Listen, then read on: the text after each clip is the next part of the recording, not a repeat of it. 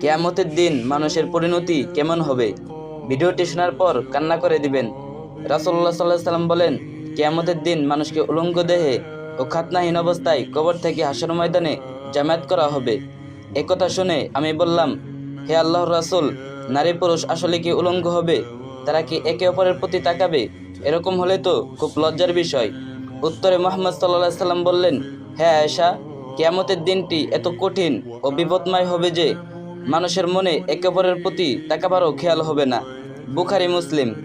কিয়ামতের দিন রাসূলুল্লাহ সাল্লাল্লাহু আলাইহি সাল্লাম থাকবেন সবচেয়ে ব্যস্ত মানুষ। মিজানের পাল্লা, হাউজে কাউসার একসাথে ছোটাছুটি করতে থাকবেন, ইয়া উম্মতি ইয়া উম্মতি ইয়া উম্মতি বলে।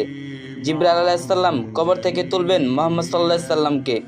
রাসূলুল্লাহ সাল্লাল্লাহু আলাইহি সাল্লাম জিজ্ঞেস করবেন, কি ব্যাপার জিবরাইল, আমার উম্মত কি উঠেছে?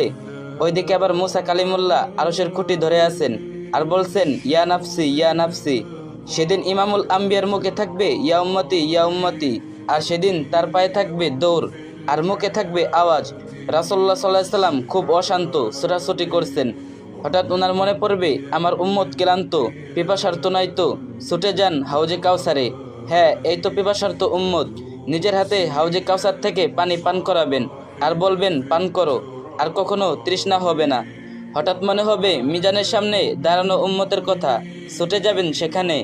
দেখবেন উম্মতের বাম পাল্লা ভারী হয়ে যাচ্ছে, পেরেশান, তিনি হয়রান। অতঃপর দৌড়ে যাবেন দরুদে পিটারার সামনে, যেখানে তার জন্য পড়া দরুদ উম্মতের নামসহ একটা বক্সের মধ্যে জমা আছে। সেখান থেকে দরুদ নিয়ে ডান পাল্লায় দিতে থাকবেন যতক্ষণ না ডান পাল্লা ভারী হয়ে যাচ্ছে। মাক্কামে মাহমুদের পাশে ওনার জন্য আসন পাতা থাকবে। আল্লাহ বলবেন, হে নবী বসুন।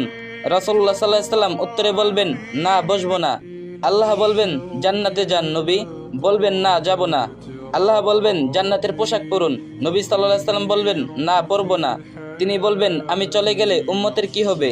কিয়ামতের দিন মানুষ তার ভাই থেকে, বোন থেকে, পিতা থেকে, মাতা থেকে পালিয়ে বেড়াবে। এখন নিজেকে প্রশ্ন করুন, যে নবী মৃত্যুর সময় ইয়া উম্মতি করতে করতে মারা গেছেন, সেই নবী কিয়ামতের সময় আমাদের জন্য এত কিছু করবেন। সেই নবীর উম্মত হয়ে আমরা কি করছি? আমাদের কি করা উচিত? আমরা কি নবী সাল্লাল্লাহু আলাইহি সাল্লামের সুন্নত ও আদর্শ মেনে চলি? আমরা কি কিয়ামতের দিন রাসূলুল্লাহ সাল্লাল্লাহু আলাইহি সাল্লামের সুপারিশ পাওয়ার যোগ্য হব? কিয়ামতের দিন এক রাসূল ছাড়া কেউ কাউকে চিনবে না।